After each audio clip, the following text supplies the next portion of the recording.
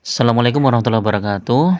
Halo teman-teman, di video kali ini coba kita review saham BCA ya, yang rupanya sudah mulai menarik untuk kita koleksi ya. Nanti kita lihat secara teknikal bagaimana, terus kemudian isu-isunya apa, sehingga saham perbankan ini kompak turun semua ya teman-teman.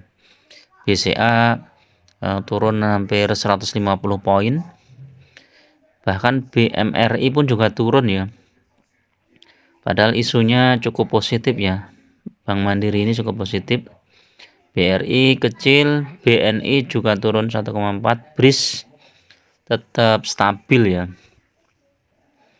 Untuk perdagangan hari Jumat kemarin yang naik Aseatware, Gudang Garam, Indofood, siapa lagi ya, Construction coba naik apa enggak? Construction ya, Construction naik semua.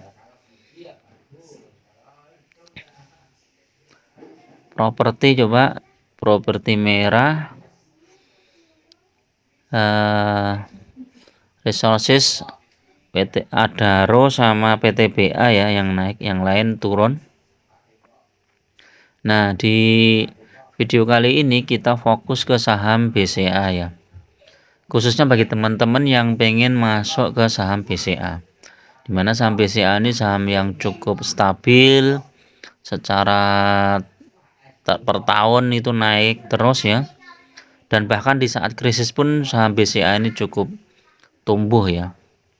Ini kemarin sempat naik di 8675, kemudian turun di 8475 ya. Beberapa kali mantul di situ. Secara mingguan juga turun. Bulanan juga turun. 3 bulanan masih naik ya, dari harga 8.050. Jadi kalau dibawa turun nih 8.400. Paling mentoknya di 8.050 ya, teman-teman bisa mulai masuk ya. Atau kalau dibawa turun ini di 8200 ya, 8200 itu masih bagus. Spekulasi buy masih bisa ya teman-teman untuk saham BCA ini. Kita lihat newsnya apa? Penyaluran KUR BCA meningkat. Terus apa lagi? Profil dividennya kecil ya. IPS-nya naik dari 255 ke 330 ya. Ini kalau kita lihat dalam setahun ya, ini masih tumbuh dari harga berapa ini ya? 7.800-an ya ke 8.400. 3 tahun ini naik. 3 tahun naik lumayan. Ini setelah stock split ya. 5 tahun juga naik.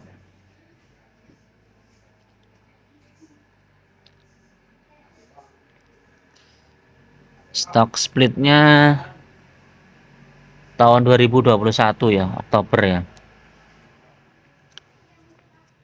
Kita lihat di Mirai ya. Untuk teknikal nih Mirai ini cukup lengkap ya teman-teman. Bagi teman-teman yang belum punya akun Mirai, bisa membuka akun Mirai. Lihat di link deskripsi ya, nanti tinggal klik di situ terus isi data, nanti akan dikontak oleh pihak marketing ya dari Mirai ya. Terus ini BCA ya, kita lihat.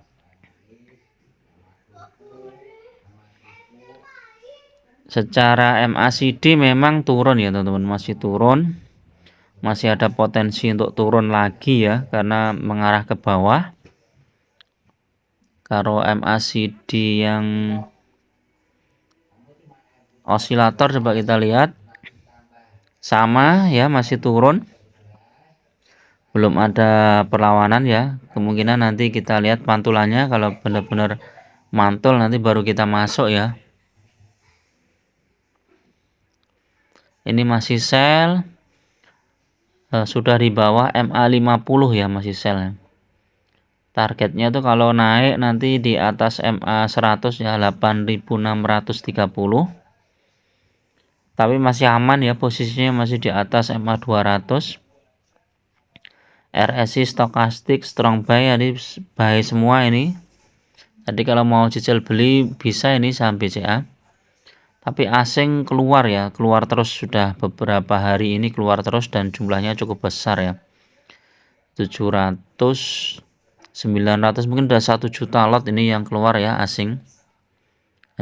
Kemungkinan tunggu dulu untuk transaksi hari Senin, kita lihat ya. Kalau mau spekulasi buy juga bisa, silahkan beli dulu di harga itu. Jadi masuk secara bertahap, jangan langsung di satu titik ya. Misalnya teman-teman masuk dulu satu bagian di 8475 misalnya. Nanti kalau dibawa turun lagi, antri lagi di 8325 misalnya, apa 8300. Terus nanti kalau dibawa ke bawah lagi, antri lagi, beli lagi. Jadi kalau mau masuk bertahap ya, jangan langsung di satu titik. Karena sentimennya nih masih negatif ya. Kalau saham-saham perbankan tuh biasanya kan kalau ada kenaikan suku bunga atau labanya yang naik drastis ya, laporan keuangannya bagus, itu biasanya naik ya saham-saham perbankan ya, seperti BCA ini ya. Dan tapi BCA ini memang secara per tuh sudah tinggi ya teman-teman. Jadi kalau tetap ada resikonya kalau misalnya teman-teman mau masuk di sini, tapi resikonya pun kecil nih ya kalau BCA itu. Kalau kita lihat chartnya ya, yang chart mingguan ini ya, sempat di harga terendahnya di 7.000 itu 4 Juli 2022 ya. 4 Juli, di bulan Juli itu 7.000 ya, sekarang udah 8.000. Bahkan di sini coba, ini di sini 2021 masih 5.000. Ini tahun berapa ini? 2016 itu masih 2.500 ya. Jadi cukup prospek untuk saham BCA.